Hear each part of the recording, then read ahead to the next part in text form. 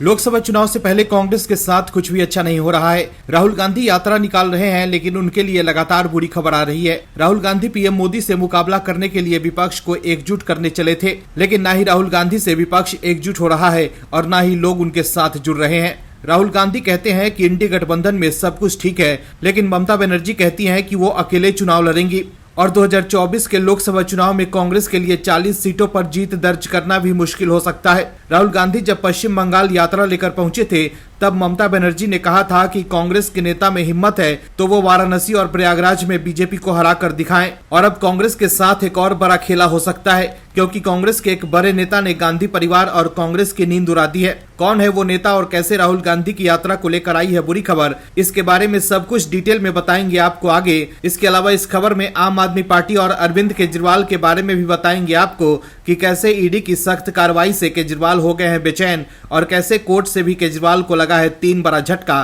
तो बने रहिए वीडियो में अंत तक और देखिए हमारी ये खास रिपोर्ट। राहुल गांधी की भारत जोड़ो यात्रा विपक्ष के लिए अपशकुनी यात्रा साबित होती जा रही है। राहुल गांधी ने जब से अपनी तथाकथित भारत जोड़ो न्याय यात्रा शुरू की है, तब से इंडी अलायंस में नए दल जुड़े नहीं हैं, बल्कि टूट के बिखरे ही हैं।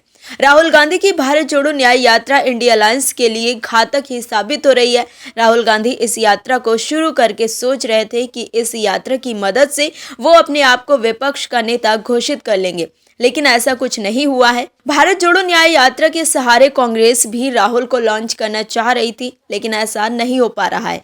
राहुल लॉन्च नहीं हो पा रहे हैं। विपक्षी एकता के नेताओं को भी समझ में आ गया है कि कांग्रेस गठबंधन में सिर्फ अपनी जमींदारी चाह रही है, इसलिए एक एक करके कांग्रेस और विपक्षी एकता का साथ छोड़ विपक्षी दल अपनी अलग राह चुन रहे हैं। विपक्षी एकता के नेताओं को पता चल गया है कि कांग्रेस के साथ रहेंगे तो जो भी सीटें चुनाव में आती हैं वो भी उनके साथ रहेंगे तो नहीं आएंगे। इसीलिए तो जैसे ही राहुल गांधी की यात्रा बंगाल की तरफ बढ़ी तो ममता बनर्जी ने कांग्रेस से ही किनारा कर लिया था। फिर जैसे ही बिहार में घुसे राहुल की यात्रा तो नीतीश बाबू ने पाला ही बदल लिया।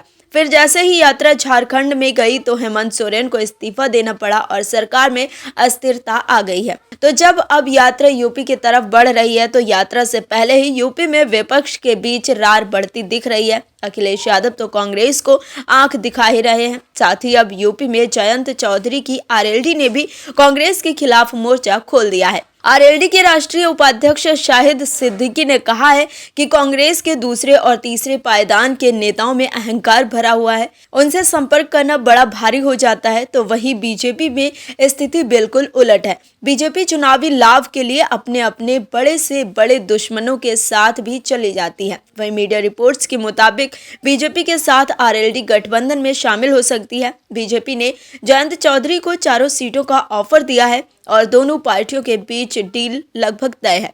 ऐसे में राहुल के यात्रा के बीच इंडी गठबंधन को एक और तगड़ा झटका लग सकता है। बाकी बीजेपी को खुशखबरी देने के लिए शायद उद्धव ठाकरे भी कतार में हैं। कहीं ऐसा ना हो कि राहुल गांधी की यात्रा के मुंबई पहुंचते ही उद्धव ठाकरे भी एनडीए में शामिल हो जाएं, क्योंकि उद्धव ठाकरे अब पीएम मोदी की तारीफ करने लगे हैं। पीएम मोदी और बीजेपी को लेकर उद्धव ठाकरे के तेवर बदले बदले से नजर आए। उद्धव ठाकरे ने कहा है कि हम पहले भी प्रधानमंत्री नरेंद्र मोदी के दुश्मन नहीं थे और आज भी नहीं है। उद्धव ने यह भी कहा कि पीएम मोदी ने ही शिवसेना से संबंध तोड़ने का फैसला किया था। उद्धव ठाकरे ने आगे कहा कि हम आपके साथ थे, शिवसेना आपके साथ थी। हमने पिछली बार अपने गठबंधन के लिए प्रचार किया था। आप प्रधानमंत्री इसीलिए बने क्योंकि विनायक राउत जैसे हमारे सांसद चुने गए। हालांकि बाद में आपने ही हमें खुद से दूर कर दिया। ठाकरे ने कहा कि हमारा हिंदुत्व और भगवा ध्वज आज भी कायम है। तो देखा आपने कि कैसे महाराष्ट्र में भी उद्धव ठाकरे की भाषा अब बदल गई है। ऐसे में नीतीश कुमार की तरह अगर उद्धव ठाकरे भी एनडीए में घर वापसी करते हैं तो इसमें हैरानी नहीं होनी चाहिए। लोकसभा चुनाव से पहले कांग्रेस के लिए लगातार बुरी खबरें आ रही हैं। राहुल गांधी की यात्रा पर निकलने के बाद भी कांग्रेस के साथ कुछ अच्छा नहीं हो रहा। कांग्रेस की भारत जोड़ो न्याय यात्रा कांग्रेस के ही अंत की कहानी बन रही है। कांग्रेस के नेता धीरे धीरे कांग्रेस को छोड़ते जा रहे हैं। कांग्रेस के स्वामी भक्त नेता कह रहे थे कि राहुल की भारत जोड़ो न्याय यात्रा से कांग्रेस के भीतर चमत्कार की ऐसी बयार बहेगी कि कांग्रेस पूरे देश में राज करेगी, लेकिन हो गया इसका उल्टा। गठबंधन में खटास से लेकर कांग्रेस के नेता तक सब कोई कांग्रेस का साथ छोड़कर जा रहे हैं। कांग्रेस के स्वामी भक्त नेता कांग्रेस को रसातल पर लेकर जा रहे हैं। यूपी में भारत जोड़ो न्याय यात्रा घुसने से पहले ही कांग्रेस को आचार्य प्रमोद कृष्णन के रूप में झटका लग सकता है। दरअसल राहुल गांधी की यात्रा जिस राज्य में जा रही है वहीं कांग्रेस को बड़ा झटका लग रहा है। राहुल गांधी की यात्रा के असम से निकलने के बाद कांग्रेस के 150 नेताओं ने बीजेपी का दामन थाम लिया था।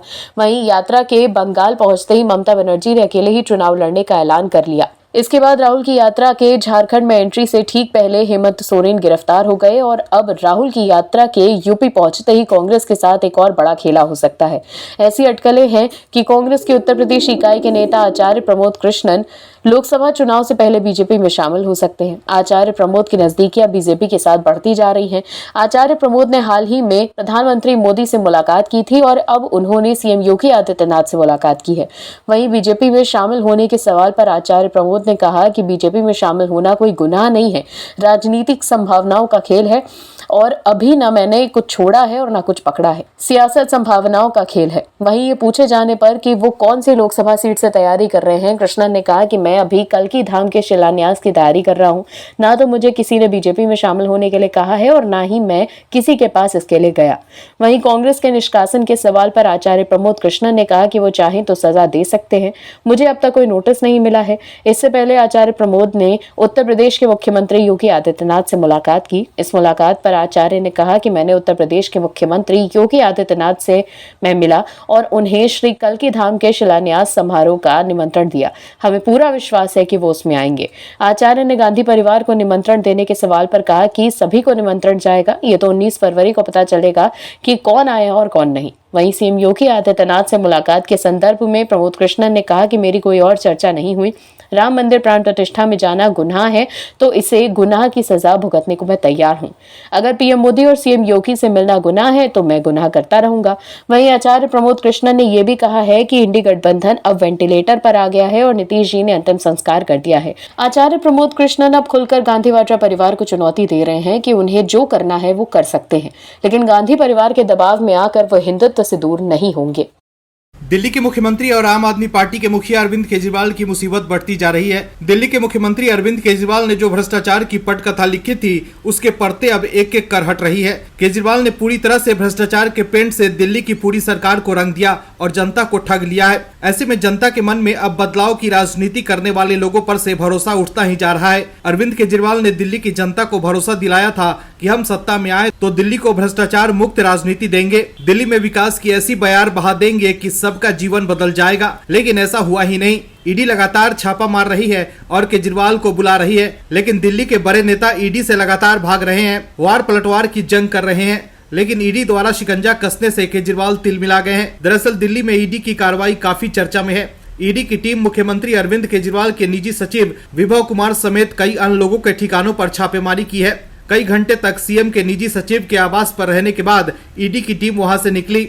ईडी के इस एक्शन से आप में खलबली मच गई है। खुद केजरीवाल भी बेचैन है क्योंकि ईडी अब उनके निजी सचिव तक भी पहुंच गई है। ऐसे में केजरीवाल के खिलाफ भी ईडी कोई सख्त कार्रवाई न कर दे, ये डर आम आदमी पार्टी के नेताओं को सता रहा है। वहीं ईडी की इस कार्रवाई से झल्लाए केजरीवाल ने ईडी पर बेहद ही तल्ख प्रतिक्रिया दी है। इसके साथ ही केजरीवाल ने यह भी दावा किया है कि इस छापेमारी में जांच एजेंसी को कुछ भी नहीं मिला है। हालांकि ईडी की इस कार्रवाई में केजरीवाल के पीए के घर से क्या कुछ मिला है, अभी इसे लेकर जांच एजेंसी की तरफ से कोई आधिकारिक सूचना या जानकारी नहीं दी गई है, लेकिन केजरीवाल ने अपना फैसला सुना दिया है। केजरीवाल ने एक्स पर लिखा है कि मेरे पीए के घर 16 घंटे ईडी के 23 अफसरों ने रेड की। गहन छानबीन के बाद उन्हें कुछ नहीं मिला, एक पैसा नहीं मिला, कोई ज्वेलरी नहीं या किसी प्रकार की कोई संपत्ति नहीं, कोई कागज नहीं। इन्होंने मनीष सिसोदिया के यहाँ रेड की, वहाँ कुछ नहीं मिला। इन्होंने सत्येंद्र जैन के यहाँ रेड की, वहाँ कुछ नहीं मिला। इन्होंने संजय सिंह के यहाँ रेड की, वहाँ कुछ नहीं मिला। क्या ईडी किसी के भी घर ऐसे ही बिना किसी कारण घुस सकती है?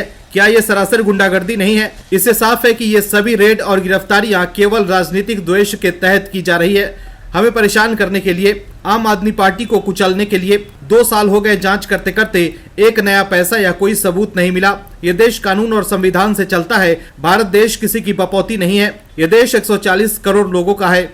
इस किस्म की गुंडागर्दी लोग बर्दाश्त नहीं करेंगे। तो देखा आपने कैसे ईडी की कार्रवाई से केजरीवाल बेचैन हो गए हैं। मनीष सिसोदिया और संजय सिंह को भी केजरीवाल कट्टर ईमानदार बता रहे थे, लेकिन उन्हें कोर्ट से जमानत क्यों नहीं मिल रही है ये केजरीवाल नहीं बताएंगे। बताया जा रहा है कि दिल्ली जल बोर्ड में मनी लॉन्ड्रिंग के तहत चल रही जांच को लेकर ईडी के अधिकारियों ने केजरीवाल के पीए विभव कुमार से पूछताछ की है। ईडी ने सीएम केजरीवाल के निजी सचिव के अलावा आम आदमी पार्टी के राज्यसभा सांसद एनडी गुप्ता के ठिकानों पर भी छापेमारी की है। तो देखा आपने कैसे जैसे ही ईडी केजरीवाल के निजी सचिव तक पहुंची, केजरीवाल झल्ला गए। दिल्ली के मुख्यमंत्री अरविंद केजरीवाल पर मुसीबत लगातार बढ़ती जा रही है। केजरीवाल ईडी से लगातार भाग रहे हैं, वो ईडी के सामने पेश नहीं हो रहे हैं। उनका कहना है कि हम कट्टर ईमानदार लोग हैं, लेकिन दिल्ली की जनता को यह समझ ही नहीं आ रहा है कि जब आप पक्के तौर के ईमानदार लोग हैं तो फिर जांच की आंच से भाग क्यों रहे हैं। दिल्ली की जनता को वादा करने वाले कि जी हम आएंगे तो भ्रष्टाचार को पूरी तरह से खत्म कर देंगे, लेकिन उन्हीं लोगों ने भ्रष्टाचार की ऐसी पटकथा लिख दी है कि जिसने सुना वह दंग रह गया। ईडी की जांच से भागते केजरीवाल को एक ही दिन में कोर्ट से ट्रिपल झटका लगा है। एक तरफ तो आप नेताओं के घर ईडी रेड कर रही है, तो दूसरी तरफ कोर्ट से भी केजरीवाल के लिए बुरी खबर आ रही है। ऐसे में चौतरफा गिरने के बाद आम आदमी पार्टी की छटपटाहट बढ़ती जा रही है और आपके नेता मोदी सरकार और बीजेपी पर यह आरोप लगा रहे हैं कि वो ईडी के जरिए केजरीवाल को खत्म करना चाहते हैं। आम आदमी पार्टी के पक्ष में जब कोर्ट का फैसला आता है तब आपके नेता कोर्ट के फैसले को आधार बनाकर बीजेपी को घेरते हैं, और जब कोर्ट से उनके खिलाफ फैसला आता है तब आपके नेता कहते हैं कि बीजेपी अरविंद केजरीवाल की राजनीति को खत्म करना चाहती है। ऐसे में सवाल है कि केजरीवाल और आपके नेता को क्या कोर्ट और कानून पर भरोसा नहीं है। दरअसल ईडी से भाग रहे केजरीवाल के खिलाफ ईडी ने शिकंजा कस दिया है। ईडी कोर्ट पहुंची थी कि अपने आप को कट्टर ईमानदार नेता कहने वाले केजरीवाल हमसे भाग रहे हैं, तो कोर्ट ने भी आदेश का चाबुक चला दिया है। दिल्ली की स्पेशल राउज एवेन्यू कोर्ट ने सीएम अरविंद केजरीवाल को 17 फरवरी को ईडी के सामने पेश होने को कहा है। अरविंद केजरीवाल लगातार ईडी के समन से भाग रहे थे, लेकिन कोर्ट ने कह दिया है कि आपको पेश होना है। वहीं केजरीवाल को कोर्ट के समन पर आम आदमी पार्टी ने कहा है कि वह कानून के अनुसार कार्रवाई करेंगे। आपने कहा कि हम अदालत के आदेश का अध्ययन कर रहे हैं और कानून के अनुसार कार्रवाई करेंगे। हम अदालत को सूचित करेंगे कि ईडी के सभी समन कैसे अवैध थे। इसके साथ ही ध्रुव राठी द्वारा बनाए गए भ्रामक वीडियो को भी शेयर करने वाले मामले पर भी उन्हें कोर्ट से तगड़ा झटका लगा है। इस मामले में अरविंद केजरीवाल को 29 फरवरी को राउज एवेन्यू कोर्ट में पेश होना होगा। 6 साल पुराने आपराधिक मनहानि केस में केजरीवाल को पेशी का यह आदेश दिया गया है। केजरीवाल को बुधवार को ही पेश होना था। हालांकि उनके वकील ने बजट में व्यस्तता की वजह से मुख्यमंत्री के लिए व्यक्तिगत पेशी से छूट की मांग की। अदालत ने केजरीवाल के वकील की प्रार्थना को स्वीकार किया और 29 फरवरी को हाजिर होने को कहा। आरोप है कि ध्रुव राठी ने झूठी और अपमानजनक बातें कहते हुए वीडियो बनाया था, जिससे दिल्ली के सीएम अरविंद केजरीवाल ने आगे बढ़ाया। इस केस में केजरीवाल को कोर्ट ने समन भेजा था। इसके साथ ही एक बार फिर केजरीवाल के एक और तथाकथित कट्टर ईमानदार नेता संजय सिंह को झटका लगा है। कोर्ट ने संजय सिंह की जमानत याचिका खारिज कर दी है। मतलब एक के बाद एक कोर्ट से केजरीवाल को 3 बड़े झटके लगे हैं। ऐसे में आने वाले समय में केजरीवाल और आपकी मुसीबत बढ़ सकती है। Bureau report OMH news. और भी वीडियोस देखने के लिए चैनल को सब्सक्राइब करें और बेल आइकन को दबाएं।